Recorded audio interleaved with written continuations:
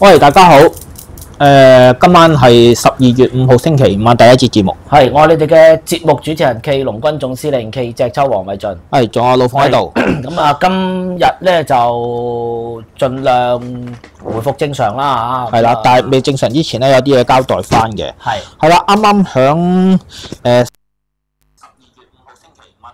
係啦，因為啱啱我響講慢慢傾嗰度咧出咗個貼文嘅，咁希望大家可以留意翻啦。咁點解會出呢個貼文咧？係因為有位熱心網友咧就託我哋去做啲少少嘅好事，係，即係我哋都唔敢話做咩大事，咁啊盡自己能力做到啲啦。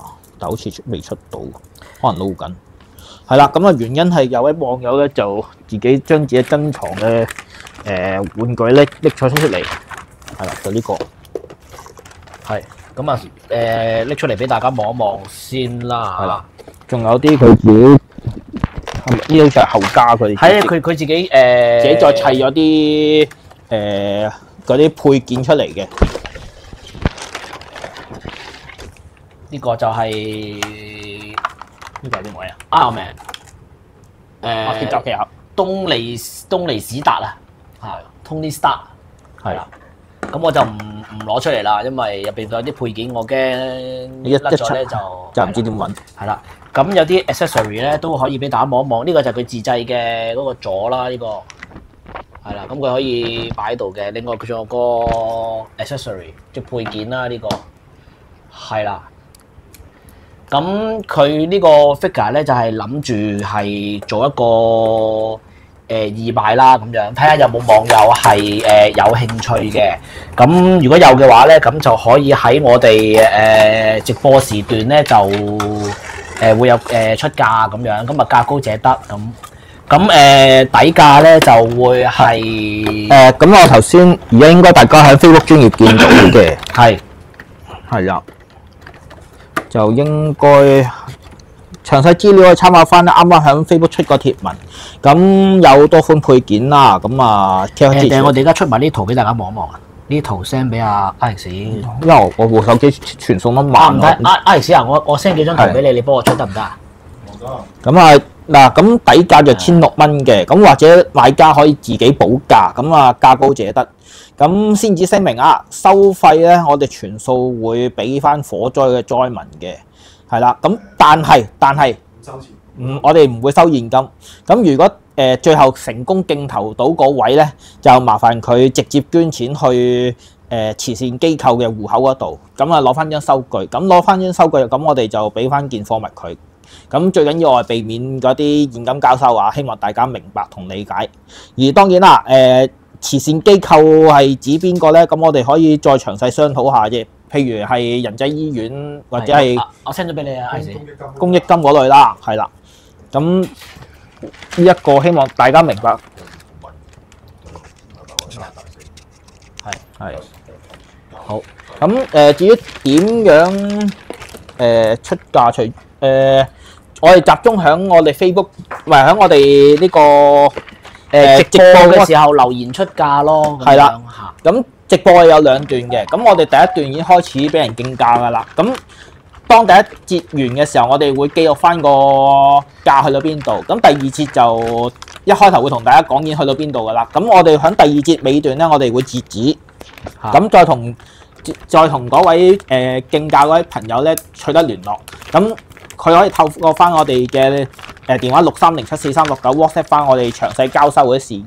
咁到最後啦，咁我哋交收完之後，我哋會攞翻張收據俾大家望一望嘅，係啦。咁啊，有冇嘢要補充先？大聲得滯喎，有網友話阿卓康好似話咁大聲嘅咁樣。而家整翻啦，哦，得啦 ，OK 啦 ，OK，好。係咁啊，亦都更新下啲台務啦，係啦。咁經過1、2、3、4兩個禮拜，有冇2個禮拜？個幾兩個禮拜有啦。係啦，咁我哋嘅訂閱數咧已經升到去。哇！決戰前的決戰的最終章846係啦，咁希望大家幫手啦，支持一下就幫我哋撳一撳訂閱啦，咁樣。係啦，咁另外我哋嘅觀看時數已經超過2900啦。係啊，咁啊大家都即係非常之幫手啦，因為我哋其實重推嗰啲片咧，舊咁就片嚟嘅係舊片嚟嘅咁樣。我見到其實有啲舊片都有百幾200咧，其實我覺得好高㗎啦，已經係啊。先啊，俾係俾大家望一望頭先個 figure 嗰啲實物圖啦，咁樣係咁啊，嗱俾大家望一望就 OK 啦，下一張啦，係啦，大家望一望。係。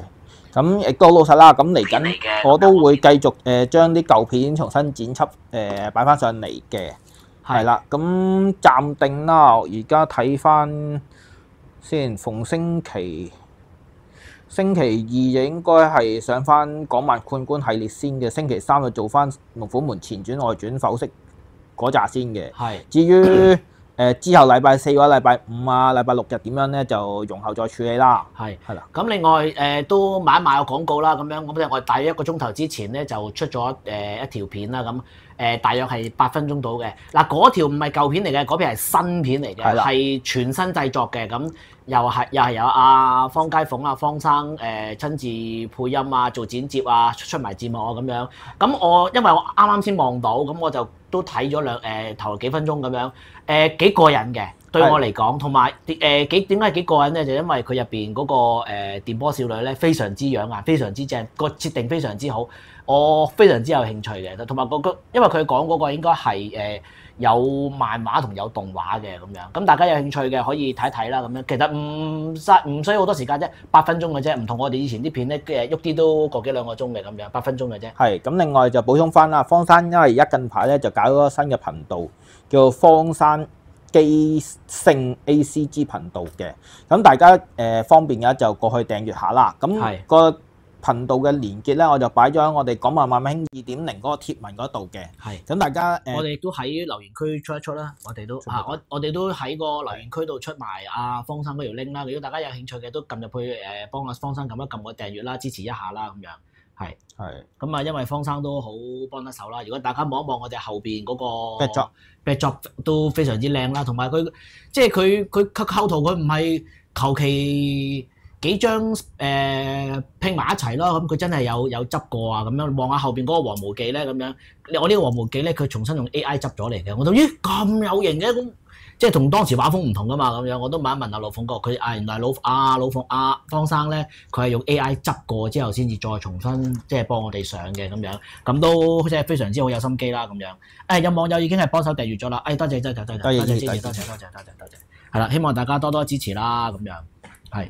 咁係咪仲有？你講住先，因為我而家整緊阿方生嗰個 link 嗰度。咁稍等一陣啦，咁我哋轉頭就會鋪埋阿方生嗰個 link，嗰條頻道嗰條 link 出嚟啦，又細聲咗，聲音時大時細。我跳緊。係。跳緊㗎啦，咁樣係啦，咁稍後片刻啦，咁樣。咁如果老鳳搞緊嘅時候咧，咁我哋係咪終於可以講神兵玄奇啦？係啊，75啊，終於到。係75，稍等一陣啊！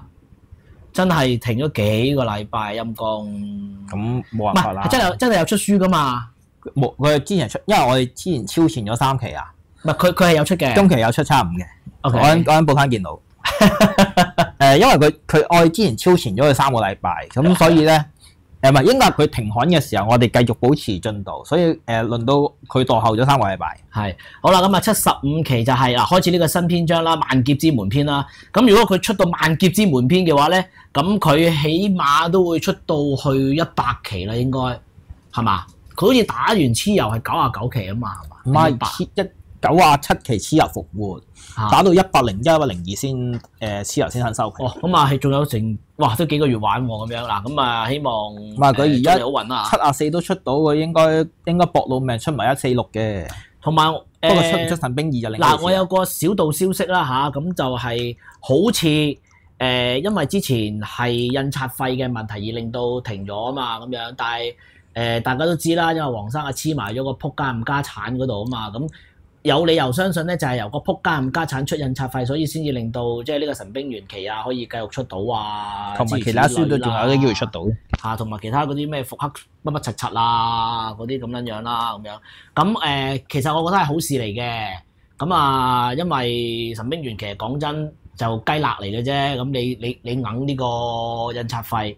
咁啊掉錢落鹹水海咯，咁係好事嘅。咁我希望仆家唔家產同埋阿黃生繼續一齊即係狼狽為奸啊嚇，咁啊做埋即係攬炒啊嚇。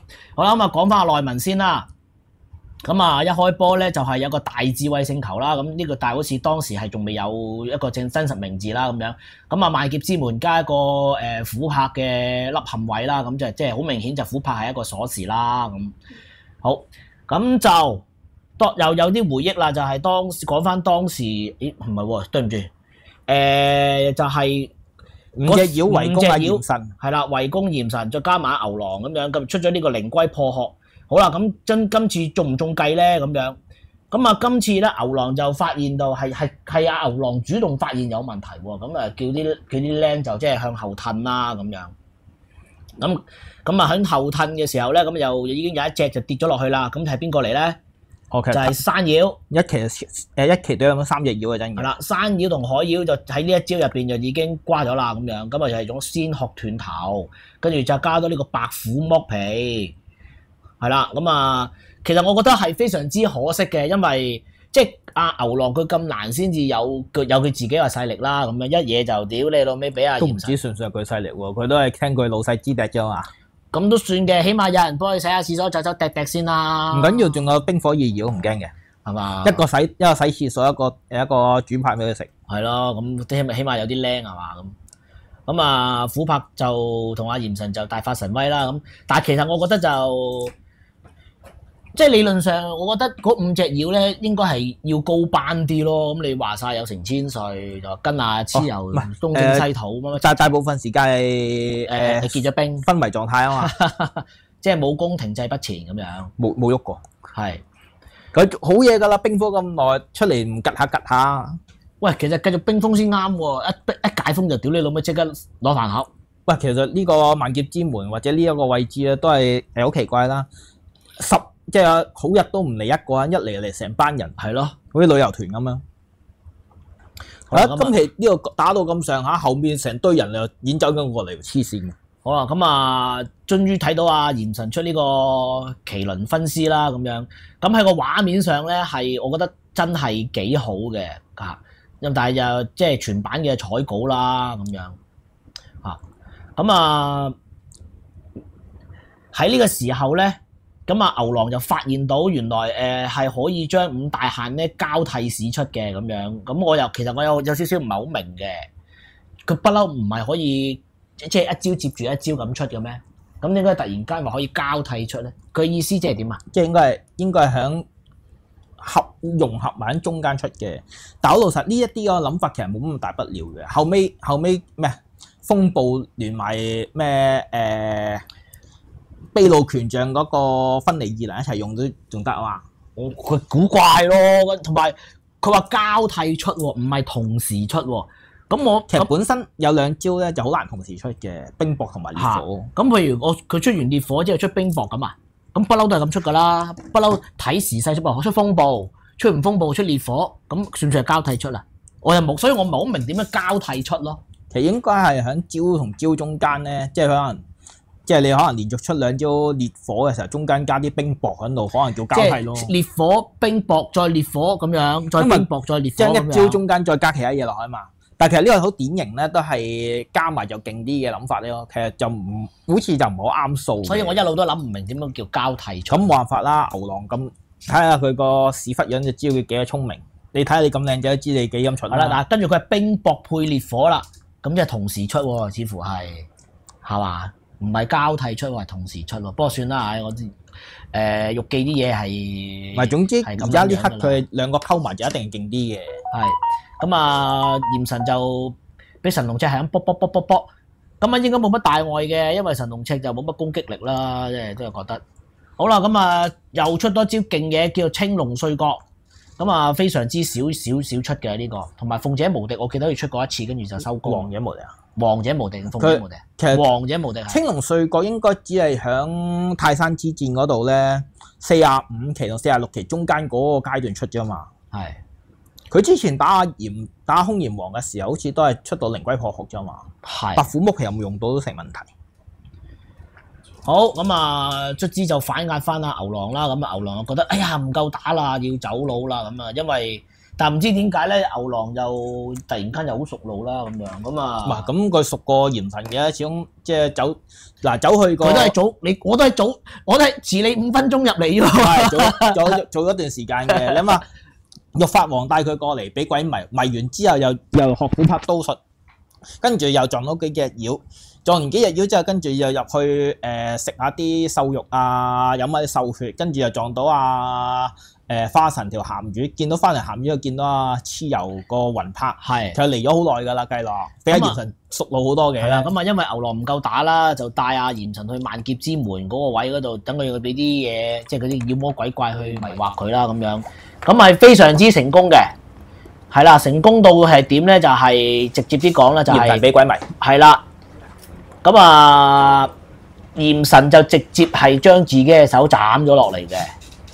咁咁呢度好似未斬喎，下期定係今期又唔記得。今期只係交代佢去到見到佢個死嗰兩隻冤魂扮佢老豆同老母。係啦，咁啊老母冤魂就俾老豆冤魂就挾持住，跟住又即糟質又成咁樣乜乜柒柒咁樣啊嘛。簡單啲嘢挾持鬼字係啦，佢唔係人，佢係鬼嚟啫。咁啊，你趁呢個時間啊，牛郎就即係換入翻兩隻妖啦，咁啊都係要。但係如果你係牛郎，係咪應該趁機睇下有冇機會執到雞？因為你都知佢俾冤魂嘅鬼飲。其實係啱嘅，但係佢咁樣走翻嚟，又食血補血啊，又用神龍尺咧，其實我都覺得都 OK 嘅，因為佢都叫做即係。好撚傷啦嘛，咁樣佢用神龍尺醫自己係啱嘅，係啦。但係佢喺度食飲血食肉嘅時候咧，就俾阿天地盟主揾到佢啦，就係你要撲街偷我嘢，係啦。咁啊諗住想食咗佢去進補嘅咁樣，係啦。咁啊好啦，就第二條線啦，就係講翻呢一班人質啦，咁啊卒之俾人哋放撚翻出嚟啦，咁樣。咁啊，我覺得係一班好戇居嘅人質，自己送羊入虎口咯。係啦，好啦，戇撚鳩鳩咁樣啊！呢個臭八婆，屌你老母閪，我而家要復出。但係佢又唔衡量下你連兵器都冇，好似冇揸晒手鏈復出啊。咁啦，咁啊意圖話企圖復出啦，咁但係一復出嘅時候，發現哎呀屌你，一摸撚到個臭八婆咧就中撚咗毒。好啦，咁啊個臭八婆就跟住。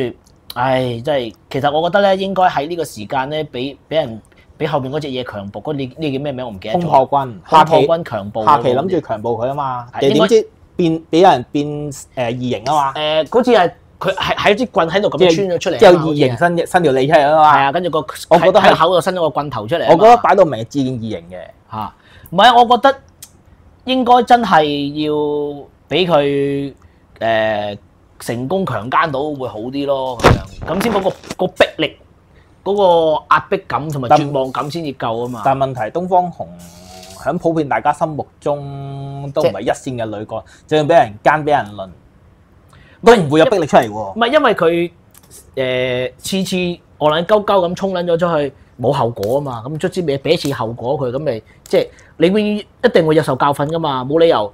永遠戇撚鳩鳩咁冇事噶嘛，但問題係，就算佢加咩逼力都好，呢個角色係唔會俾到逼力你噶嘛。唔係啊，風韻猶存我收貨㗎，唔係㗎，佢呢個佢下期個封面其實幾好㗎，佢畫到阿東方紅都唔錯㗎，OK 喎。唔係我都覺得東方紅唔錯，但問題佢個角色擺位咧，就算佢有啲咩遭遇都好，佢唔會俾到啲逼力大家嘛，因為大家前設呢個2打6嚟啫嘛，都唔重要嘅。咁啊，唔係咁有啲花瓶睇下都好㗎，咁樣嚇。好，跟住係李小龍啊，呢度三鷹首長啊。好啊，咁啊，之前天字形交代咗三鷹首長嘅，咁大家見到一個紅面、一個白面，仲有黑面，就唔使問阿貴都知道啦，即係劉關張。咁繼小流氓致敬咗結義堂、留俾關公、張飛之後，連李小龍都有三鷹就首長出嚟。咁上期先交代咗啦，首先金魔鬼李小龍諗住食霸王餐嘅，撞到個佛羅薩。咁啊，初則口角繼而動武，動下連程大師嗰班冚家鏟都嚟埋。咁正常嚟講咧，都應該要較腳嘅。但係打下嘅時候，金魔鬼就可能冇老花緣故啦，離遠就見到一隻咧黃犬，就係當日天馬山莊其中一條僆嚟嘅。咁佢哋點解會戇鳩鳩上去太陽教？就天馬山莊渡佢一鑊，所以冤有頭就係最第一件事追阿天馬山莊嘅黃犬。咁點知追下就見到阿張飛，係啦。咁呢度交代翻啦，原來天馬山莊有3個唔同嘅高手，分別有一個追擊手紅狼，一隻追蹤者黃犬，仲有個報信人白鴿，係啦，呢3隻咁嘅嘢。咁李小龍金魔鬼勇闖太陽教，然後去到孤芳宮之後啦，一直都俾人監視緊。而黃犬作為一隻傑出嘅多多，咁聞到陣味咧都識追嘅，所以就算李小龍金魔鬼好隱蔽咁走咗出嚟，但係因為留低啲體毛啊、腳毛啊，如此類令到佢聞到陣味，所以追下追上嚟。而同一時間，三英首長啊張大人咧都嚟埋。咁本身黃犬咧負責索味嘅啫，咁啊打就唔需要預佢。結果黃犬交代咗嗱，張大人唔好意思，呢壇蘇州市啊你近翻去啦，咁我行先啦，拜拜。而金魔鬼就要大戰阿張飛，咁本身新角色一出咧，一定打高2班嘅，所以今期打咗一輪咧，金魔鬼同埋阿張飛咧，基本上都係難分高下嘅。而同一時間，因為佛羅薩亦都參與咗呢個戰役啦，咁啊打下嘅時候咧，咁啊變成一場大混戰出嚟。睇你冇電，幫你插電。OK， 好。而另一邊，響個餐廳裏面大打出手嘅李小龍咧，就同阿程大師嗰邊咧打上嚟，打下嘅時候，咁啊成班人咧，俾阿李小龍嗰個好勁嘅旋風腿咧踢到趴晒喺度。咁呢個氣勢我覺得幾勁嘅呢一頁，係即係唔好講笑。當時即係玉郎機構啲助力，即係佢嗰個階段呢一幅真係都係比較有氣勢嘅階段嚟嘅。以前未入去玉郎機構之前，你好似都啲勁度好似冇咁勁添。係，你睇仲有嘭一聲已經真係好，嗰個肯定係容縮㗎啦呢個。唔使問阿鬼啊，當時得一個寫啫嘛。哇，嗰個字好似啲 3D 效果咁，你離遠真係覺得好似突出咗咁啊。係，真係冇講笑，真係勁。而另一邊啦，咁啊講翻阿深山虎，因為阿玉兒帶挈咗佢去踎監，咁阿黑玉奇人咧就交代咗佢件悲慘嘅往事。咁正如早2期講啦，原來佛羅薩咧同佢係舅仔姐夫嘅關係。咁原來佛羅薩個家姐咧就相當之養眼嘅。養眼係咩意思咧？即係大家食飯嘅時候就唔好望啦，因為驚大家食唔落飯。即係太養眼，係啦。即係舊駐鬼將軍咁嘅樣。嗱，原來佛羅薩嘅姐姐公孫大娘在江湖聞名，樣衰，年屆40，無人願娶。係啦，咁啊程大師就好不幸咧，俾墮咗一班騙徒嘅圈套裏面。咁話說有一日，公孫虎咧就整咗個比武招親嘅，係啦，小侄女待字閨中，歡迎未婚男士論婚。甄選日期6月15日，地點公孫府。咁首先有一個好養眼嘅女仔咧，就企喺度打招呼。係啦，咁大家以為啦，呢個就係公孫大娘。係啦，即係唔好意思，打完之後先交代咗，唔係妹嚟嘅啫。啊，原來咧係隔離企呢個先係。哦，咁樣。屌你老味，程大師好不幸咧，中咗招啦。係啦，跟住當佢動完花燭之後，第二朝一夜就扎醒咗，撲街嗌咩啊？鬼啊！嚇到鳩都縮埋啊！唔好講笑，真係慘啊！真係。跟住仲問：喂，邊個將隻妖怪放喺佢新房嗰度？跟住話：哦，呢個咪你娘子咯，係你心甘情願請嘅。咁樣真係好撚唔啱喎！你咁樣。啊，佢都講明嘅相睇之日。嗰個樣衰嘅，的確喺個小樓之上，係啦。咁原來隔離嗰件一樣個完全唔關事嘅，企喺佢隔離嗰個先係撲佢個街，跟住兜嘢打柒咗嗰個公孫大娘嘅阿叔一錘，咁啊打甩咗2隻牙。咁結果佢嘢諗住一走了之啦，呢一鑊仲要冇俾人講出嚟，如果唔係真係臭死怪啦真係。係啦，但係點知公孫大娘就施勝，即係佢老豆嗰啲棍法，咁啊非常之了得。咁啊，公孫大娘一直追住呢個黑玉奇人咧，相當唔得掂。咁初則口角繼而動武啦，就點知唔夠抽，係啦，諗住為天下美男子除害，殺啊！可惜打唔中，然後兜嘢就俾人一棍拗落去，死佬，仲要拗咗條隔夜魚出嚟。咁犀利嘅，點解仲有條魚骨嘔出嚟咧？咁樣過癮嘅。啊！呢個其實有啲卡通化演繹，但係大家睇見阿黑玉奇人真係彭長輩嘅遭遇咧，都只會深表同情嘅啫。咁唔怪得知佢中意坐監啦。佢寧願坐監都唔翻去。咁唔撚怪得知啦。係啦，結果俾佢嗰個老婆毆咗幾廿棍之後啦，一聽到原來呢招佢從哪裏來，就當堂知道呢一招咧係相了得。而最重要係，正如呢一招或者從哪裏來，咁啊無處可避，唔單止係棍，連佢都避無可避。咁結果俾阿老婆夾咗翻去佢間屋嗰度嘅時候，就問翻：喂，阿叔啊，你上次我打你左邊面，你好翻未先？未？唔係，佢話佢只係哼一聲，哼，跟住上次打左邊，今次打右邊，耶穌啊一樣咧。係。好啦，打甩佢兩副假牙，冇辦法容忍，拉鳩佢啦。結果佢就判咗5年。而最慘係行為良好，即係諗住轉監倉嘅時候，咁啊去咗呢個石壁監獄啦。咁最慘係即係已經服刑5年，想走噶啦，跟住又打柒咗阿獄長一身，係啦，又加5年，唔係無期徒刑，唔係當時阿獄長話：喂，你咁搞錯咁樣打我，跟住個彭長輩就問佢嘅：喂，5年唔夠喎，咁一錘唔夠，咁我打斷你成隻手，要判幾耐先？咁個獄長都話：唉，好啦，判你無期徒刑好未啦？咁但係呢個無期徒刑都相當之好嘅，佢自出自入嘅，同埋每年生日都送啲雪櫃啊、DVD 機啊、電視啊，36、24、36而開嘅，所以佢都非常 happy， 寧願踎緊監獄都唔翻屋企。咁啊好正常嘅。咁而我同情佢嘅，我同情。深表同情係嘛？而當然啦，即係作為呢個故事世界深山虎，通常遇到呢啲奇遇，即係包括個靚女同埋靚女嘅師傅咧，都一定係會有一啲好嘅發展嘅。譬如呢一度話，阿玉兒就問個師傅：喂，你嘅鐵血神掌威力咁強大，不如點解唔傳授俾佢先？咁跟住阿彭長輩就鳩噏：嗱，你係女仔嚟嘅，呢啲鐵血神掌咁剛猛嘅掌法就唔適宜練。嗱，你條仔就唔同啦，睇佢都唔似打靶應該練到嘅。係啦。咁講下唔使問阿貴啊，深山虎應該撈到粗嘢嘅，不過可惜撈完粗嘢都係冇運行。係啦，我覺得呢啲都係死亡之吻嚟嘅。學完呢套鐵血神掌冇幾耐就俾人係釘咗啦。係啦，好似阿單眼仔一樣，學完天虹幻掌一輪都釘埋啦。唉，嘥鳩晒。係啦，咁呢一邊啦，阿單眼仔就同沙膽仔咧就俾百毒招魂佢兩件嘢夾嘅，但係阿沙膽仔本身武功應該都唔錯，應該打得贏，不過就不慎就中咗毒。好彩阿單眼仔學完兩招天虹幻掌咧，都叫嚇得下人嘅，所以就可以令到嗰百毒招魂咧就追逐唔到佢。但係佢兩個走下嘅時候啦，就發現有個紅卜卜嘅人樣。係。咁呢條人樣唔使呢條撚樣唔使問阿貴仔都知道係天字營3大高手之一嘅關大人啦。係啦，因為今期出咗黑面嘅張飛，咁仲有2個未出，咁呢個唔使問阿貴，一定係紅面嘅關公啦，唔通紅面嘅劉備咩？唔會噶嘛，劉備。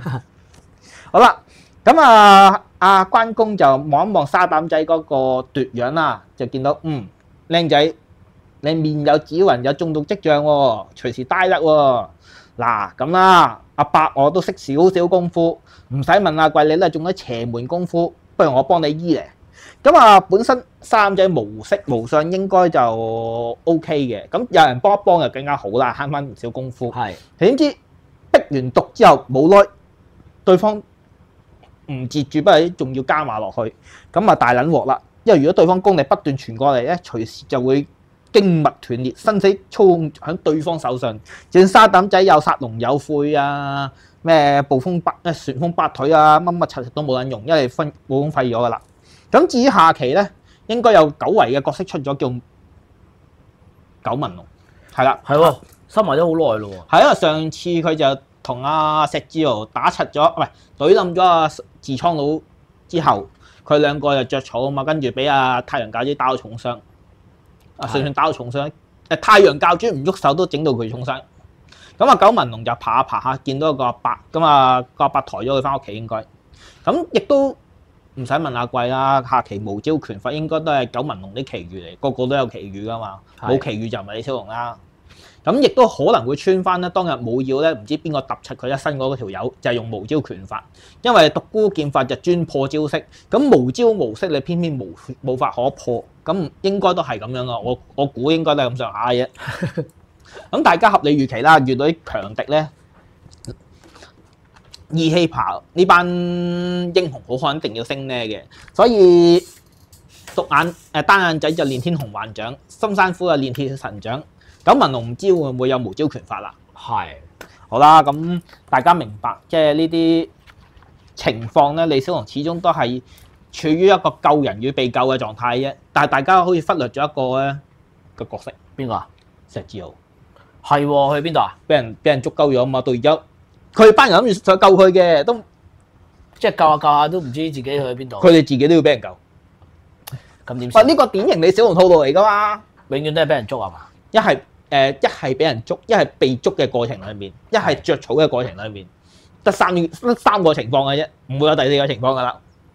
睇下你係好唔好彩啦。咁啊，久唔久啊，加啲路人絕世高手咯，即係一撞親嗰啲咧，全部都係絕世高手嚟嘅。總之冇普通人嘅，個個都係有奇遇嘅。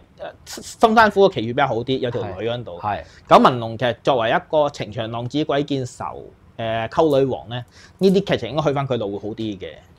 咁啊派啲俾阿深山虎咯，話你咁耐冇戲做都 OK 嘅。反正佢都唔捱得好耐啦，係咪先？過咗30年都瓜柴龍。係。咁另外更新翻啦，原來阿細傑好似搞錯咗時間。係咩啊？係啊，佢以為1月先係過年，所以諗住連續5個禮拜孖裝嘅。咁而家更正翻，聖誕同元旦有2個孖裝，跟住隔4期之後過年會連續出3個孖寶版，即係有5個孖裝。係因為之前佢以為1月過年咧，所以就聖誕元旦跟住連續3期啱啱好就係啦，就連咁啊啱啱好嘅。但係因為佢計漏咗原來2月中先過年咧，所以佢要將個時間重新調整過。咁因為復刻團隊越做越順嘅緣故啦，所以好大機會明年喺過年之外，會喺暑期或者其他時間限定出幾個孖裝，滿足各位 fans 想加快節奏嘅願望。至於3日刊或每個星期出孖裝就唔大可能，因為壓力太大喎。正常嘅，你佢執稿，你一下就燒晒佢嗰啲全稿咁樣，你3日刊你變咗好撚急噶咯喎，變咗一個禮拜出2期。佢而家係我夠料啦，我先至幾個禮拜執俾你咁樣。唔係，或者係抽啲大時大節咯，好似唔係，同埋就要佢要拿捏個節奏，可能係大戰咧就一次過整2期俾你先至睇到。唔係唔使問阿貴，大伏擊出嚟幾個孖寶版啦，係嘛？連續幾期出個一次個見證法，唔係咁其實本身得1個禮拜見證佢3條友變燒豬啫。係咁其實嗰段因為比較沉悶嘅緣故，一次過出孖裝嘅話，盡快搞掂阿傑克團長咧，就開新古仔會好啲嘅。係，好跟住醉拳係啦，大咩官啊？大宦官係啦，冇錯，因為關大宦官咩事咧？冷月教本身有班閹人咧就打雜嘅，咁呢個西域會有閹人嘅？問下啫。呢個冇乜所謂嘅，好多地方都有閹人嘅，只不過咦唔係喎，民初嚟嘅喎，中國最後一個太監都屌你老味，唔係炒撚咗啦，最後一個太監要過2期先有，哦真係有㗎，吳剛啊嘛，oh shit，吳剛咪俾人閹咗咯，過2期，唔係佢自閹嘅，自願獻出自己，哦係，佢先係最尾，係啦，佢係最尾嗰件，係啦，其他都唔係。係啊，其他啲係前輩嚟嘅。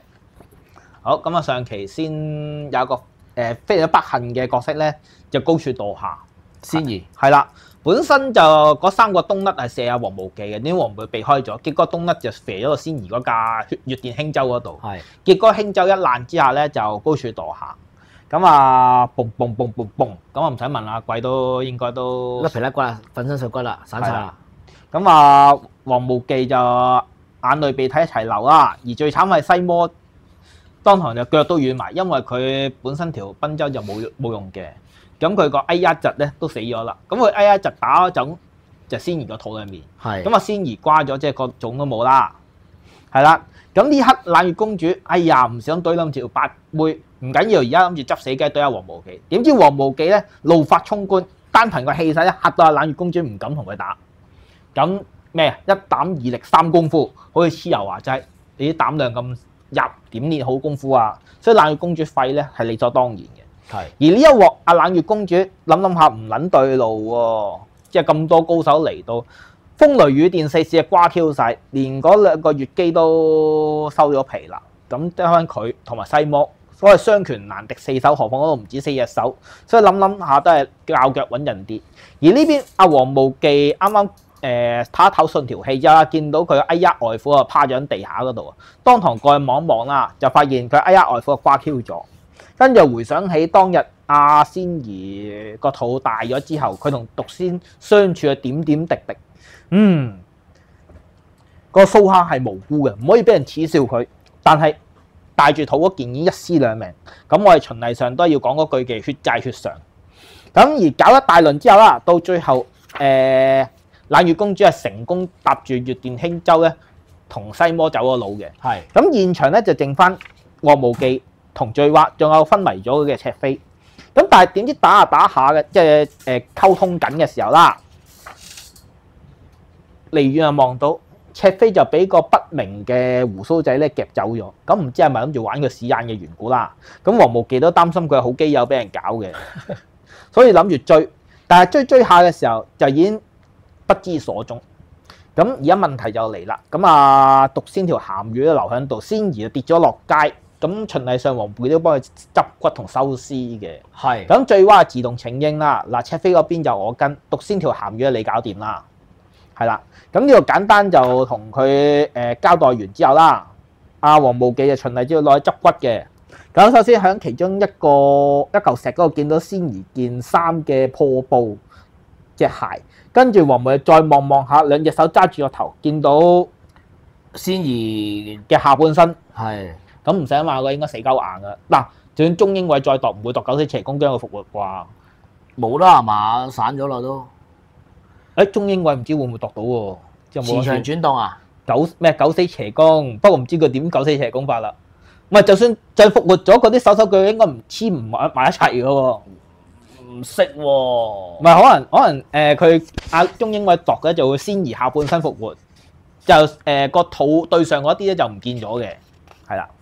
咁而另一邊啊，阿仙兒同埋阿冷月公主同阿西魔咧，就搭下月殿輕舟就需要唞一唞啦。唔係佢唞一唞，係嗰兩個吊住佢哋嗰啲鷹咧要唞一唞罷工，所以就暫時就落街又放篤尿先啦。而放下就見到有班白袍嘅物體咧就飄過，咁啊個個都樣衰衰。咁但係最重要，原來呢班係冷月教嘅高手，係啦。咁啊呢班狗追到過嚟，冷月公主即刻點佢哋。嗱，我有班人咧搞到我好唔 like， 咁麻煩你哋將佢搞掂佢啦。咁嗰班不明生物咧，我都唔敢話係人。嗱，不明生物就話殺人對我哋三寶公公嚟講咧，簡直易如反掌。然後佢係答朵，一個係咩啊？夏雨、秋風。同埋冬雪，跟住阿西魔一聽之後，原來係幻煙，沒有春，難怪只有夏秋冬冇春。嗱，其實佢諗過度過，即係有計過，即係 OK 喎，係嘛？冇春咧，成班 OK 喎，幾絕核喎呢個。係啊，即係同龍虎門三寶太監咧，其實就各有即係各有特色咯。係。龍虎門三寶啊，大寶、二寶、小寶啊嘛，咁啊仲要大家經常誤會嗰個係上官小寶添。惡搞啫。係因為當時龍虎門出小寶嘅時候咧，曾經喺個旁白晒嘅介紹講嘅，呢位唔係上官小寶。咁又覺得有啲老土咯。你咩意思先咁撚樣？但係當時龍虎門個旁白真係咁寫嘅，係啦，大家唔好誤會，呢個唔係上官小寶。我真係想知邊個起字咯。黃玉郎啦，唔使問阿貴。屌你，咁啊，呢個應該黃玉郎嘅。即係黃玉郎夠膽啫嘛。係啦，如果你有烏蠅嗰啲，屌。嗰時烏蠅唔知喺邊度。係咪啊？如果阿賢哥屌起上嚟，屌你老味，你玩鳩我啊咁樣。同埋嗰陣390幾期，黃玉郎係老細，上官小寶係伙計，咁佢梗係夠膽寫啦。係啊。咁當然啦，呢3隻咁嘅嘅嘢，嗱我都唔敢稱呼佢係咪人，睇佢個款真係冇乜似人樣嘅。唔多詞真係。三隻幾嘢聽完阿冷月公子個柯打之後，即刻走去追下追。咁同一時間，黃無忌已經燒咗2條鹹魚啦，啊唔係1條半嘅鹹魚啦，應該一半應該係鮮魚，嗰半應該揾唔齊嘅。係啦，咁啊走下嘅時候，嗰3隻幾嘢咧飄到過嚟。咁黃無忌一望之後，妖你老味，原來太監府，幾乎連隔夜飯嘔翻出嚟。係啦，咁正常嚟講，黃無忌咧就有9霄真經，逐個打應該就高班啲嘅。但係始終新角色都係要威下嘅，同埋黃無忌打幾期啦，又打風雷雨電4使，又跟住同麗公主過咗招，咁 E.N 都應該去得7七八八嘅。係啦，雖然佢啱啱就響火葬嘅時候應該可以攤唞下，不過狀態應該都係麻麻地。結果好快咧就俾呢3隻咁嘅嘅嘢咧，用嗰個奪命金針咧。制服咗，係。而另一邊阿赤飛就俾阿胡鬚仔夾咗去一個沙漠嘅綠洲嗰度。咁阿醉蛙咧就終於追到過嚟，諗住救阿赤飛。但係細估唔對，諗住救阿赤飛嘅時候咧，已經俾人偷龍轉鳳。嗰件唔係赤飛，而係呢個胡鬚仔。咁呢個胡鬚仔都相當犀利嘅，佢幾乎鹹濕晒3位重要角色嘅女伴。係。而家係第一關啫。呢個係醉蛙。係啦，赤飛嘅老婆。咁佢之後都仲有機會鹹濕黃無忌嘅老婆同小劍仙嘅老婆，係過3關啦，即係呢一個都係止於鹹濕啫係嘛？未達陣係嘛？未達陣。喂，但係一嘢鹹濕晒3位重要角色嘅女伴，呢個戰績簡直前無古人啦係嘛？其實係幾嗰啲叫咩啊？幾偉大啦呢個成就。爭啲咋？喂，龍虎門啊，都唔會有個角色啊鹹濕到黃小石黑龍、黃小龍3位嘅女伴啊。唔係㗎，所以我覺得射殺星其實係做到嘢㗎。射殺星喺身處幾乎係可以 jab 到阿馬小玲㗎嘛。唔係，佢都係幾乎 jab 到，但係問題佢jab到黃小一個啫，jab 唔到黃小龍啊石黑龍嘛。好難啊！呢啲先係過3關嘛。好撚難啊！但係楊堅幾乎過3關啊，關都幾乎過到㗎。先鹹濕馬小玲，再鹹濕玉兒，再鹹濕銀鈴就好撚麻煩。就算我鹹濕到都好撚柒大鑊。你老味係嘛？喂，我鹹濕仙兒咩啊？我老豆有劍痴當未死啦，有劍痴，有劍魔，有小龍、西城勇，哇！屌你老味啊！銀鈴唔使講啦，成個原始門加石黑龍係嘛？馬小玲就成個龍虎門，仲有邊個？嗰時仲有邊個？有冇啲咩契爺嗰啲啊？馬小玲就可能弱啲喎。馬小玲弱啲嘅，唔緊要揾阿東方雪蓮頂咗個位都難啃嘅。東方雪蓮咪成個白蓮教咯。係啊。係嘛？因為冇一個漫畫角色咧可以鹹濕到同一本漫畫3個重要角色嘅女伴。係呢一個係楊堅最難能可貴喺歷史上留名。呢個係屬於一個成功嘅角色，呢個我覺得係好成功。唔係佢雖然佢最後冇成功達陣，但係呢個幾乎囊括3大，即係好似利華古信嗰鑊咧，係3亞王。喂，佢爭少少嘅咋，3都剝緊。真係爭少少，如果成功達陣就3冠王，不過唔緊要，而家都係3亞王。好，跟住係龍虎門時勢英雄，係啦，點睇啊？咁啊，呢個封面就都幾正啦。咁其實呢個姿勢之後再用翻嘅，同埋佢後邊係用一啲類似係草稿啊、原稿啊，唔係黑白線條啫。係，因為佢想用2種唔同效果，一個黑白色，一個就用其他色係。咁做一個對比出嚟咯，係。咁但係呢個鐵五郎嘅動作咧，或者呢個 pose 咧，喺662期道經九陽黃小虎都演繹過嘅，係啦。不過嗰個就彩色，呢一個就以黃綠色為主調咯。係啊，綠色都 OK 啊，我覺得呢個都。佢因為佢後面有成堆角色嘛，係。道經九陽就係黃小虎一個，咁啊個綠色效果又要唔同咯。同埋當時個封面紙質唔同咧，佢嗰個色調嗰個色效嘅。係啊，所以你而家你如果係買新嘅復刻龍虎門咧，佢嗰啲硬卡紙咧，你 burn 呢啲色落去咧，係好膠啊嗰個感覺，同埋佢內文，哇好肉酸，我睇完想嘔啊真係。尤其是佢嗰陣時要加到5蚊嘅時候咧，好似係加到5蚊嘅時候，佢有30幾期換嗰啲咧過咗膠嗰啲封面紙咧，啲色彩效果係爭好遠㗎。哇！而家仲係4個半，係啊，但係其實我覺得嗱題外話啦咁樣，其實4個半會找錢好麻煩咧。我俾5蚊你找翻5毫俾我咁樣。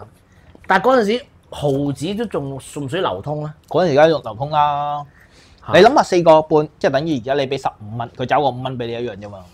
係冇分別噶喎。咁你覺得5蚊麻煩啦？即係以前嘅5毫紙等於而家嘅5蚊咁使啊？可以你意思？呢個階段差唔多啦。其實都係嘅，因為嗰陣時好似一個早餐都係10零蚊啫嘛。87年喎，唔忘記先。15、16蚊咯，我記得以前咧城寨下邊有一間茶餐廳咧，我好中意食佢嘅沙爹牛麵嘅。咁啊好似啲早餐咧咪上餐沙爹牛麵，火腿蛋加個包，跟住再加杯嘢飲，咁16蚊我好記得嘅。但係嗰間嘢咧係好撚污糟嘅，你隨地都係曱甴啊老鼠啊真係走嘅。但係我覺得個沙爹牛麵真係好撚好食。唔係其實打個比喻啦，即係呢個87年嘅時候4個半，你當嗱我哋當我小學雞嘅時候，嗰陣時菠蘿包幾錢個？個8，應該唔使2蚊好似話。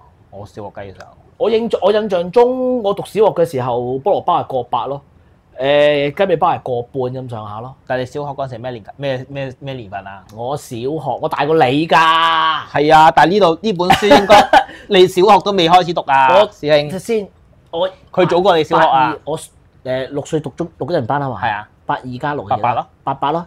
咁呢個87年。我84年，即係仲早過你。係啊，仲早啲啊。哦，咁可能真係仲見使喎。係啊，所以5毫紙唔即係你唔好掉咗佢啫嘅。係，因為其實以前都係嘅，因為嗰啲報紙檔咧，一個嗰啲籮仔咧，都係1蚊啊咁找錢。同埋你未必係買一本啊嘛。喂，同一個週期，喂，仲有醉拳、如來神掌，隔離有李小龍、中華英雄。如果咁啱個禮拜雙週刊又要買唔埋，跟住有玉郎漫畫、壽星仔、怪兒集。頂你個肺！啱啱近排又出，即係呢個階段又出埋猛鬼冤魂。哇！咁如果你咁講咧，我真係好佩服我舅父仔啊！我舅父仔以前細個真係全部買撚晒。仲要我哋係口噏嗰啲都唔係即係比較一線啲嘅書。喂，隔離抗時都仲有出版，鬼書王唔知出版未咧？但係愛情故事出版緊應該。咁另外仲有頭先講到頭先冇提到咩咩麗人啊、迷離境界啊諸如此類。喂，嗰啲都係嘅喎。係。跟住好似跟住遲啲過多1年，你讀小學嘅時候，自由人都出埋咯。刀劍笑啦，係啦。刀劍笑。喂，幾唔得閒啊嗰時。勁，真係好勁。我記得我舅父姐嗰陣時每個禮拜買20-30本咯，我根本就睇唔晒。差唔多啦嗰陣時，最高都一個禮拜30零本啊嘛。係啊，但係仲未計嗰啲雙週刊，係計埋雙週刊就更加大鑊。唔係最功德無量咧，就係佢買姑爺仔。哦，咁嗰個90年代啦。係。喂，其實自由人嗰陣時出書係最濫最多嘅，淨係用街霸嗰啲造型都前後有3本咯。有咩快打旋風啊、街頭戰士，跟住啊司徒劍又諗住出波動拳。我記得街頭戰士係本垃圾嚟嘅，我印象中。街頭戰士算唔算垃圾啊？我記得係因為我記得我有睇過下嘅，就係因為嗱，即係嗰啲畫面又唔得，造型又唔知想點。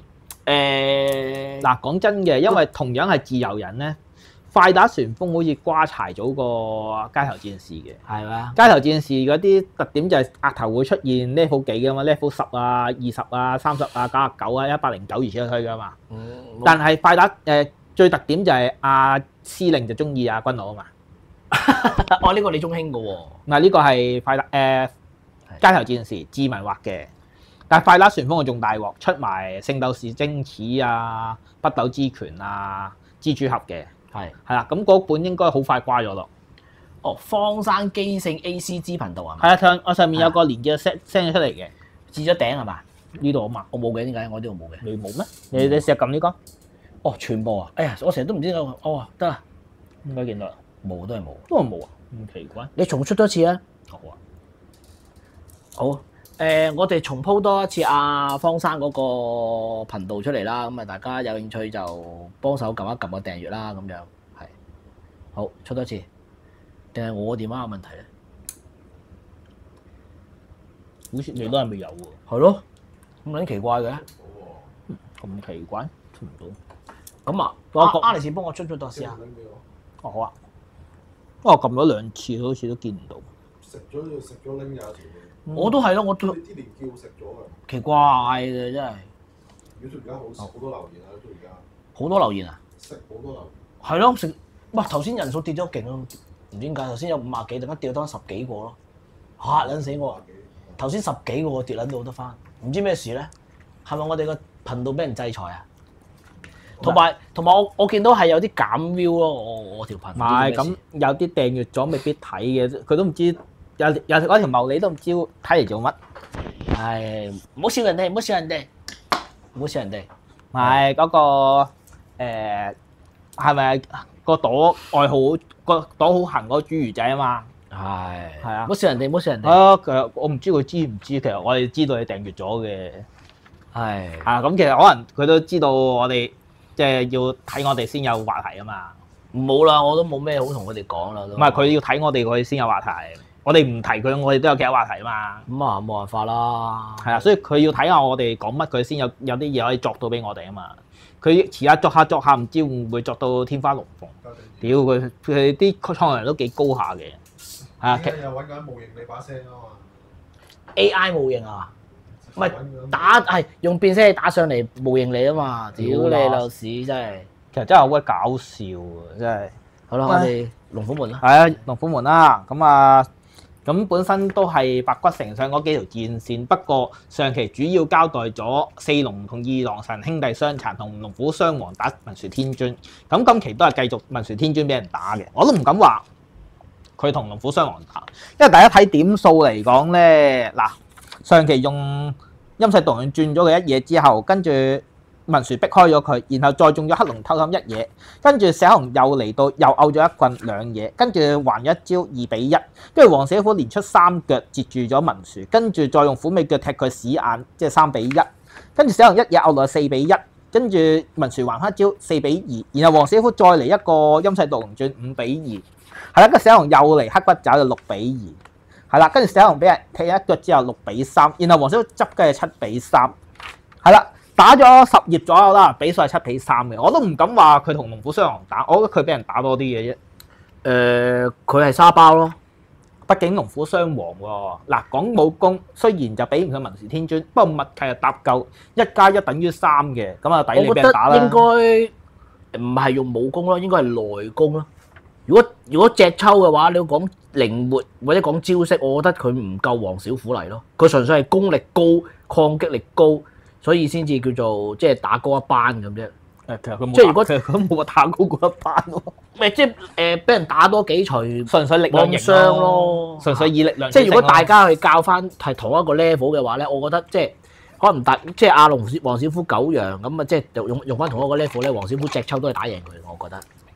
係啊，真係唔好講笑啊！即係鐵五郎自從做咗天尊之後啦，長期都係閉關練功，兼夾喺度溝下女嘅啫。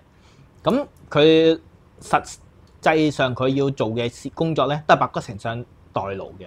即係無論喺實務同埋實戰嚟講咧，佢都係冇乜幾可嘅。咁既然你冇實戰經驗咧，同一個身經百戰嘅黃小虎一比，係實戰經驗就黃小虎贏晒啦。其實拋離咗9條街咁上下啦。佢實戰經驗分分鐘仲多過火雲邪神。如果你咁計法，一定多過火雲邪神嘅。不過火雲邪神內功高，招式就有無上神功 back up 之下咧，就可以出奇制勝咯。文殊天尊其實招數就雷拳電掌好少用嘅，主要都係精神鐵家腿法。咁亦都響當時嚟計啦，有理由相信佢有啲招數佢仲未學識添。即係鐵家腿法。嗰招唔知算唔算鐵家腿法，總之有招萬極歸南，應該係壓雙底絕招嚟嘅。阿鐵令公都係用過1次咁大把啫。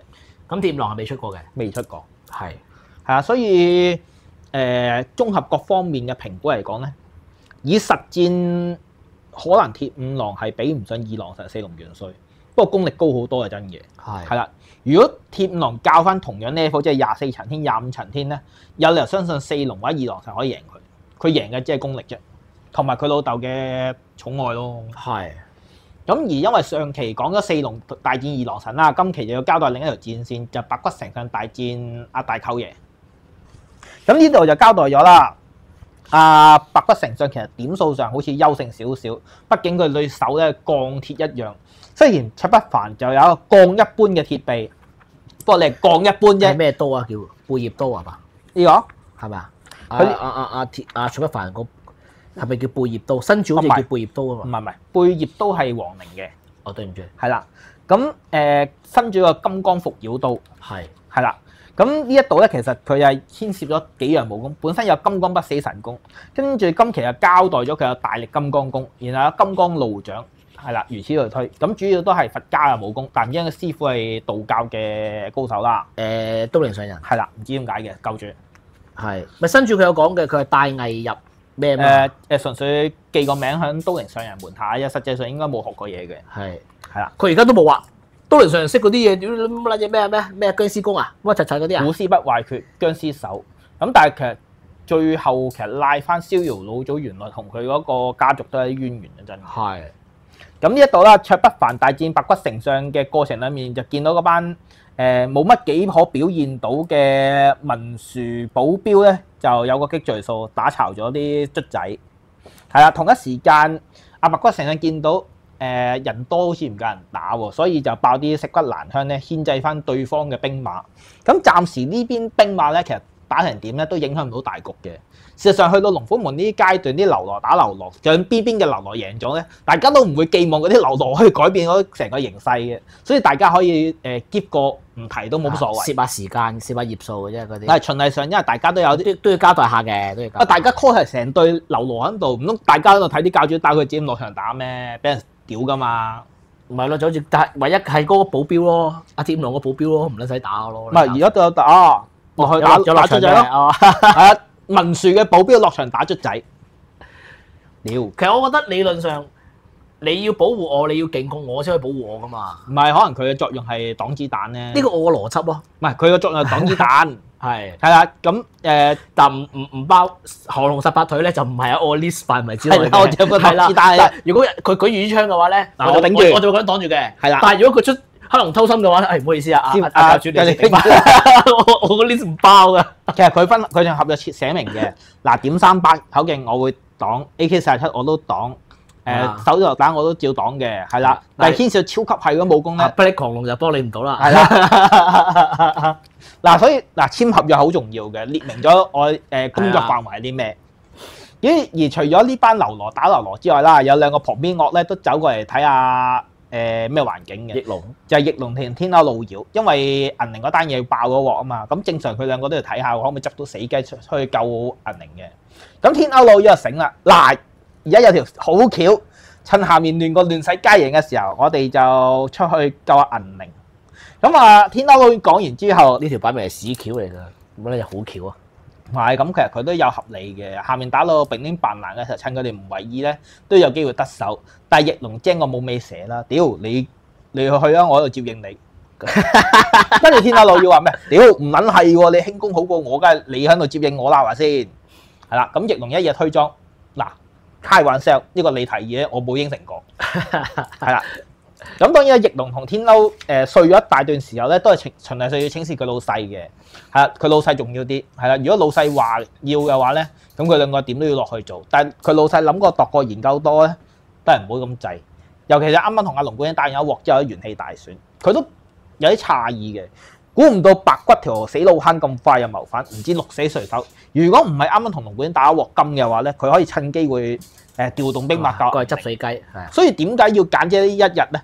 即係就有團隊，係因為令到兩邊同時間有嘢搞緊咧，唔得閒。拳王泰臣嘅保鏢好尷尬，係㗎，其實真係㗎。唔係咁可能個合約寫明佢可能有啲特別嘢要補咧。冇人知嘅，係招惹啲咁多狂蜂浪蝶。哇！你琴日條過一數未走喎，個保鏢出嚟頂啦。得，全部記低名先，得，係嘛？唔係，可能仲要近埋阿泰臣個女咧，都好似好好抽㗎嘛？唔記得，我就知好似都同泰臣好似樣㗎嘛。係啊，係啊。嗰啲真係嗰啲先難頂啊。係嘛？好。咁話風一轉就講翻阿白骨丞相同卓不凡打交啦，係啦，咁卓不凡就始終都係陰陰濕濕嘅，想掟煙頭，掟完煙頭掟雷火彈，咁然後諗住執死雞劈鳩阿白骨丞相嘅，咁佢真係劈嘅，因為攞杖刀。係。咁但係金剛掌、佛掌、屠膠。係。咁究竟係金剛掌定佛掌咧？金剛掌即係降龍十八腿嘅套路名稱，佛掌圖交係呢一式，哦，佛掌圖交。係啦。OK，因為佢分咗3行啊嘛，我以為係三個 list 嚟嘅，我以為。唔係，係金剛掌之佛掌圖交。OK，好啦，跟住卓不凡今期就冇運起上期嘅金剛不死神功，而係運起大力金剛功。係啦，咁大金剛舊轉龍虎門相當 common 嘅，無論係羅剎教、白蓮教、通天教都有人識嘅。大力金剛功係咪大龍頭嗰個啊？伸住大龍頭嗰隻，係咯，舊住大龍頭練嗰個金剛功啫，唔係大力金剛功，係爭個大力兩個字。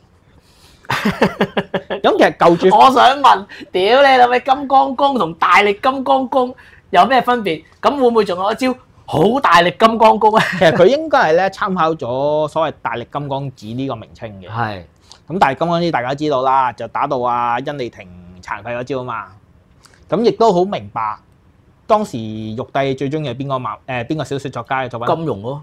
所以響舊住龍虎門老邪神係練大力金剛功，都教咗銀鷹都係練大力金剛功，然後白蓮教東衛都係練大力金剛功。至於後尾即係而家出境嘅摩禮壽，佢都係練大力金剛功，而卓不凡都係練大力金剛功，所以響橫跨3大幫派嚟講，佢都係相當之 common 嘅武功嚟嘅，即係啲基礎嘢嚟嘅啫。喺舊誒住，新住會唔會高級啲咧？話晒大龍頭用嘅老邪神用，舊住老邪神用過嘅，嚇係啦。咁你覺得會唔會係咁高班咗？唔會咯，一樣唔係喎。但係新住大龍頭嘅大力金剛功好撚勁喎，佢嘅應該冇7關，佢嘅表現有係咯，我就諗住佢嘅表現有7至8關咯，就係冇一定冇8關啦，7關啦。好勁喎，打3王喎。因為3王打完一大輪嘅時候，黃小得翻5成功力，黃小龍得翻2成功，得翻3成功力，小龍得翻2成功力，所以總體嚟講係唔算太強嘅，係只不過係好多外圍因素干擾咗龍虎群英嘅戰鬥力啫。龍虎門係會再出嘅，不過要等2026啦。係啦。咁2026我聽司徒劍橋噏過咧，佢話喺第一季嘅。咁第一季嘅水位就好，1月又第一季，2月第一季咁。3月都係第一季嘅，係啊，咁啊好浮動嘅咁樣。但係我真係唔希望係3月咯，我希望係1月你就好出咯咁樣。你攤太凍又唔多好嘅，同埋有4個禮拜應該夠你有全稿噶啦，應該嚇。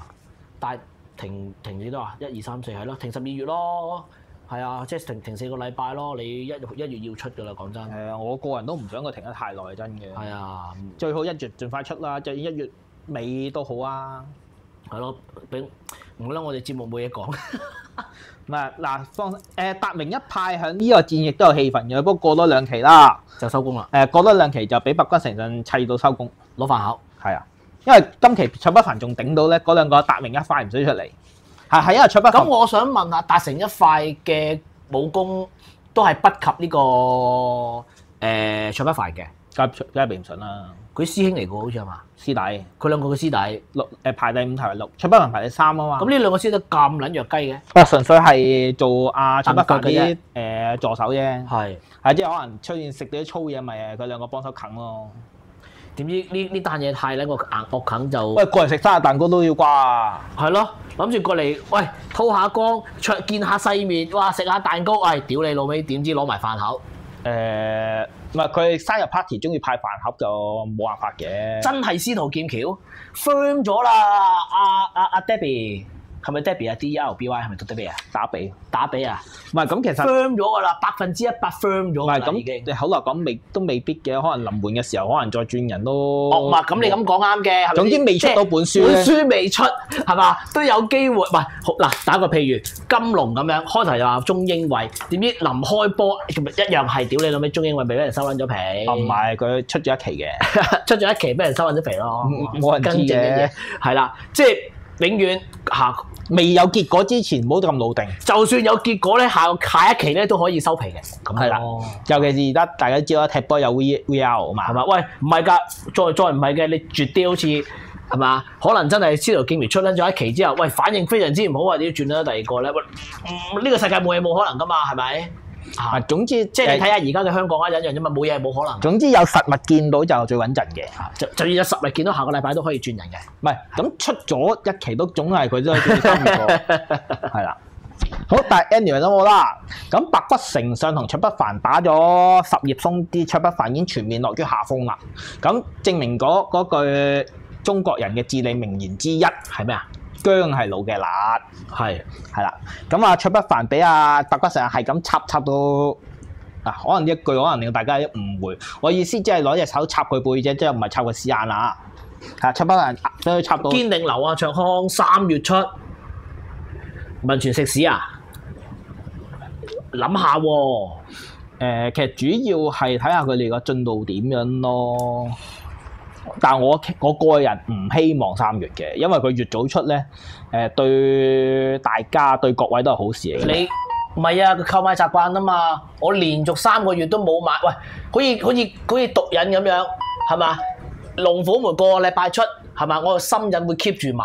好啦，嗰個龍虎門你唔出，唔係我唔買喎，唔係我唔買唔想買喎，係冇得買喎，焗撚住我戒撚咗，跟住戒1-2個月，戒2個月，戒3個月，喂，原來唔買唔死得喎，喂，條癮戒撚埋咯喎，玩撚完搞掂，你再出就冇噶啦。同埋佢一遲出咧，有個連鎖效應嘅，連其他嘅計劃啊各方面都可能有影響嘅。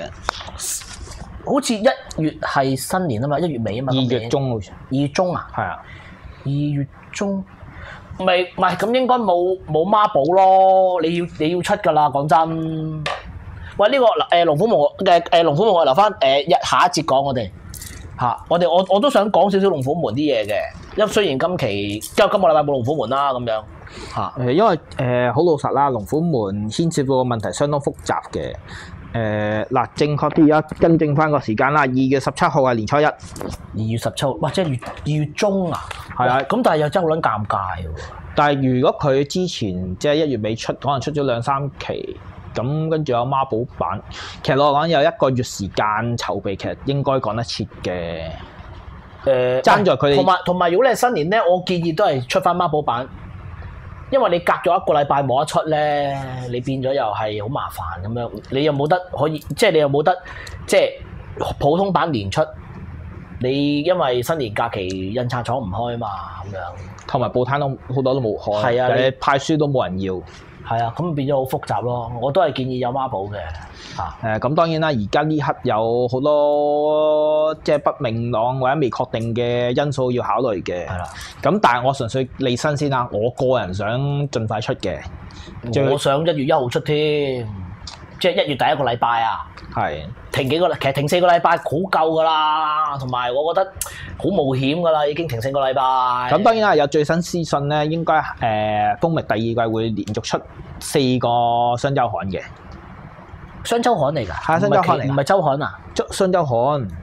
哦。係啊，咁啊應該係10幾號跟住20幾號出去嘅。係都好啊，咁啊都有多本睇，係啦，書睇。咁之前響港漫動力嘅時候啦，咁其實都見到風靡嘅表現啊，各方面都相當唔錯嘅。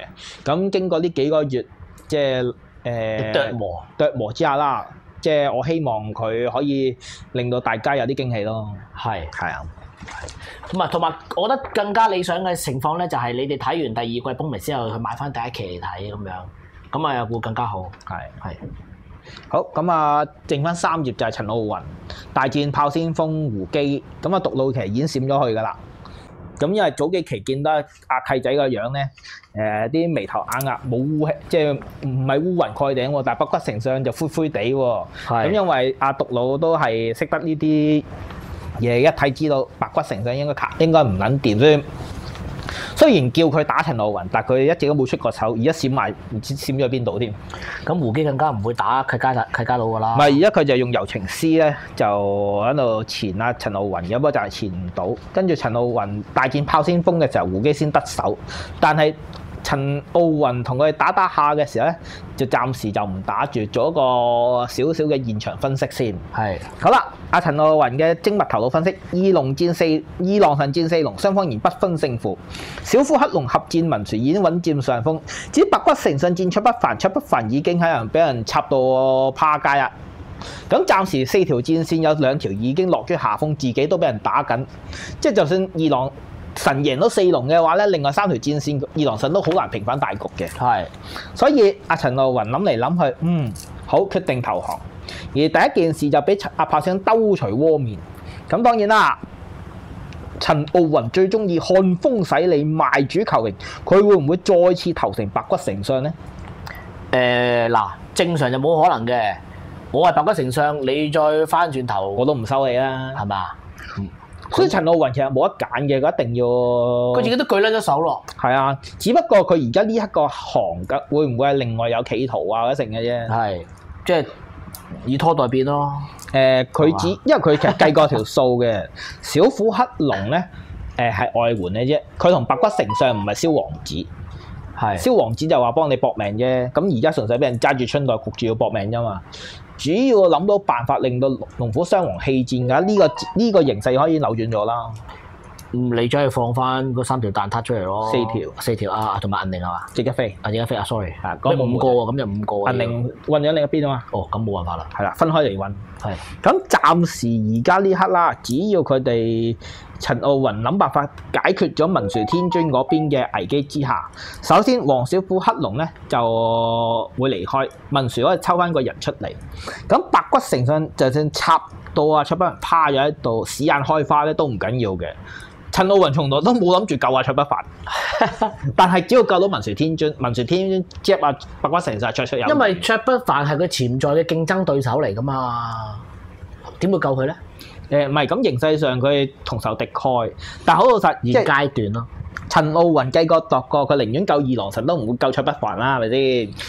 起碼二郎神好抽啲先啦。嗱，係咪好抽就位高權重先啦？起碼佢係教主個阿哥，係咯。同埋二郎神本身已經有權有勢，卓不凡要依附鐵五郎先有權有勢，即係佢同阿陳奧雲係直接競爭對手，二郎神唔係，反而佢應該要擦二郎神牌，即係拉攏個關係會好啲。係。同埋二郎神同卓不凡應該都唔係咁啱嘅，因為二郎始終係黃馬褂，其實佢都唔會好睇得上眼卓不凡呢啲靠個妹上位嘅仆街嘅啫。係，所以理論上二郎神同卓不凡咧應該個關係唔算太融合。好，咁啊，最後啦，使唔使交代下阿龍哥嗰隻戰龍？戰龍，佢早兩。佢儲咗20皮定唔知幾多皮，買咗隻金絲貓去同人哋隻溝啊嘛！哦，我都有啊！我試過買幾蚊嗰啲金絲，我買嗰啲咩唐三藏啊、孫悟空啊、咩巨無霸啊，佢儲咗好似2個禮拜定咁上下，買咗20蚊嘅文殊天尊啊！買咗呢隻戰龍，對呢個叫戰龍，呢隻仆街叫呢隻大隻佬嗰隻叫文殊天尊，最後戰龍打瓜咗文殊，打到文殊天尊趴咗喺度。係，但係點知搭車嗰陣時逼爆咗佢。其實我同佢差唔多咯。我買完之後係點咧？咁我有冇贏過先？冇贏過。我諗住出戰唔係，我買完之後咧就攞咗翻屋企啦。咁樣咁咧嗰陣時細個咧，咁我擺咗喺台，即係擺咗喺地下，跟住唔覺意行過去，點知自己踩咗佢一嘢，跟住打開嚟睇變撚咗。哦，正常。即係同佢嘅情況係差唔異曲同工咯。但係起碼阿龍哥嗰隻咧就有戰績嘅，我嗰隻就冇戰績嘅。係啊，當時阿龍哥仲話放咗學之後，仲將贏咗嘅獎金請班幫我打氣嘅同學飲汽水啊！冇啊，大佬，我諗住真係，因為其實咧嗰陣時我細個，我記得唔知佢4年班買嘅，係用咗唔知10蚊定7蚊走去買隻。咁嗰陣時我小學個4年班好撚多錢㗎啦嘛，7蚊幾日早餐定係兩日早餐定1日早餐唔記得咗啦。跟住我就唔捨得再俾錢買咯，咁就冇再玩呢啲嘢。係好咁啊！另外《龍虎門滄桑錄》去到第13輯就講到連環圖企業化嘅古仔。哦，應該 double 咗90幾次㗎咯，佢呢啲專欄講嘅嘢。唔係呢個就講佢呢個玉郎機構嗰啲即係成長嘅過程啫。係啦，咁啊講到1974年，小流氓銷量跳級上升，本港及外埠嘅總銷已經超過10萬大關。跟住直接觸發到咧所謂不良刊物條例，係因為呢度佢嘅見解咧就係因為樹大招風引起不良反應，少部分社會人士對漫畫出現成見，認為漫畫渲染暴力、血腥、色情。咁啊，佢亦都無可否認嘅部分漫畫刊物係過晒火位，應該斥責，總不能一竹篙打盡一船人。結果因為呢件事引發報紙嘅輿論大肆抨擊，連電視台都加入聲討。而最慘小流氓係講香港最暢銷漫畫，正所謂槍打出頭鳥，小流氓成咗箭靶，眾矢之的。咁啊，攻擊小流氓渲染暴力，佢冇咁谷氣，但係話小流氓渲染色情就谷到佢山頂大氣泡。咁我覺得小流氓其實應該冇乜色情成分。係，其實大部分港漫都係冇嘅，但係我反而呢啲咧，我想講咧，其實唔係即係如果你講色情講暴力，你日漫咪更加即係更加誇張。咁點解日本嗰邊又冇規範佢咧？同埋就係冇規範嘅時候，你日本呢啲漫畫過嚟香港出版嘅時候，你哋都冇規範佢嘅喎。唔係，其實嗰陣時咧係完全冇版權嘅概念，啲人偷咗嚟印。但好老實，小流氓同樣階段咧，其他書有啲都意識不良嘅。不過小流氓就唔關事，譬如小巴女都冇小巴女。其實即係嗰陣時畫風咧就冇成熟，但係其實啲故事都係踩界嘅。喂你嗰啲畫風睇完都唔會扯旗啦，講真，大佬啱唔啱啊？即係你話徐大寶以而家嘅畫風，你畫就可能會扯旗啫，係嘛？你以前畫嗰啲咩小巴女嗰啲，哇嗰啲畫風，唔係咁好難講嘅。佢個女角個面上仲 man 過黃小虎嘅，咁你見到點會扯旗咧？阿姚星塵對住阿火掌都扯旗啦，咁你係咪一竹篙打晒一船人先？我除咗姚星塵咯，姚星塵係一個例外嚟嘅，係嘛？後尾都直翻嗰個，咁啊係咁樣嚇。不過頭先講下笑啫，係啊。好咁啊，過咗少少時間唔緊要啦。嗱，咁我哋第一節咧就暫時去呢度啦。咁我哋轉頭咧就會有第二節嘅，第二節就係即期書評啦。咁就會有破碎空同埋有大聖未來嘅，係啦。咁臨撇之前咧，嗱記得幫我哋撳一撳個 like 啦嚇，like 追蹤 share 啦，咁啊最緊要嘅。同埋阿方生嗰條 link 咧都幫我哋撳一撳個 like 啦咁樣。同埋我哋啱啱即係出咗條新片咧，就係阿方生出嘅電波女啦咁樣，我覺得都幾精彩嘅。如果大家有時間嘅話咧，可以去睇一睇啦。8分鐘嘅啫，唔係好多時間。好，咁你冇咗我就下一節啦。冇啦。頭先嗰個 figure 好似冇人出過價。figure 嗰度係咪大家冇興趣？唔好呃，唔緊要嘅。咁我哋暫時都仲係暫時都仲個貼仲鋪喺度嘅。係啦，咁如果大家有興趣嘅話咧，可以喺下一節度出價啦咁樣。係 OK。咁如果都係冇人出價嘅話咧，我哋就喺 Facebook 度再出 po 睇下點樣可以即係可以順利完成到呢一單交易啦咁樣。係。咁我哋完啦好冇 ？OK 啊。好，咁我哋轉頭見下一節。拜拜。係講漫畫㗎，都係講漫畫嘅。係。